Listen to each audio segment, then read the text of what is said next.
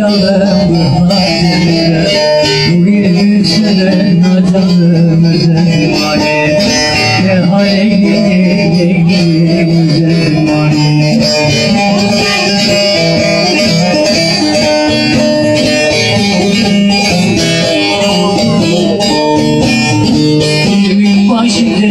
Canı kendim bilesim Muhammed'e eve geldim Muhammed'e canı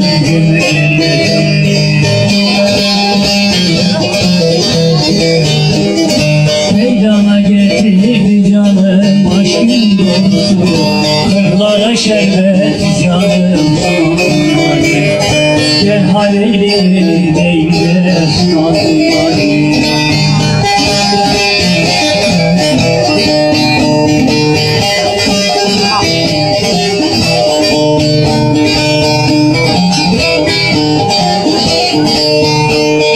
Masum canım hakkında erenlere verdi canım erenlere verdi canım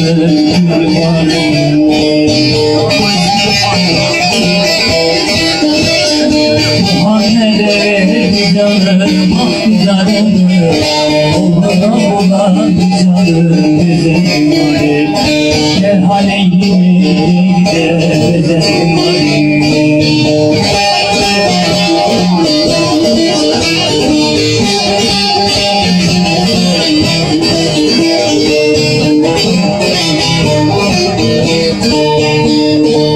Sultanlarım canım aşkın yayvar aşıklarında güzeller var gel haleyde ölüm var.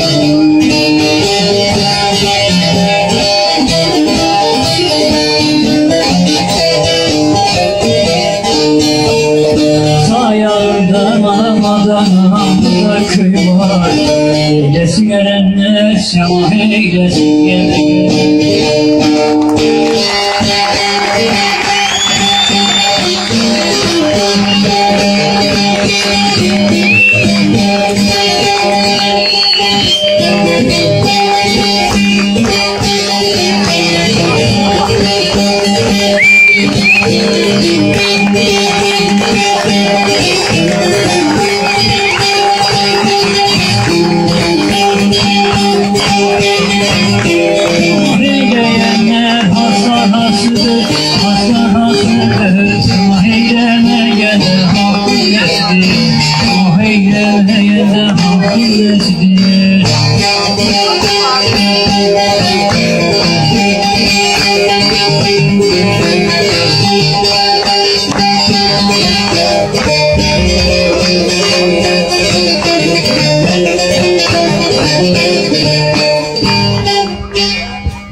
Allah Allah, semahlar sohola, günahlara hola, döndünüz semahlar, hayır işin olmaya, hülle hayır için ola, seyir için olmaya, hülle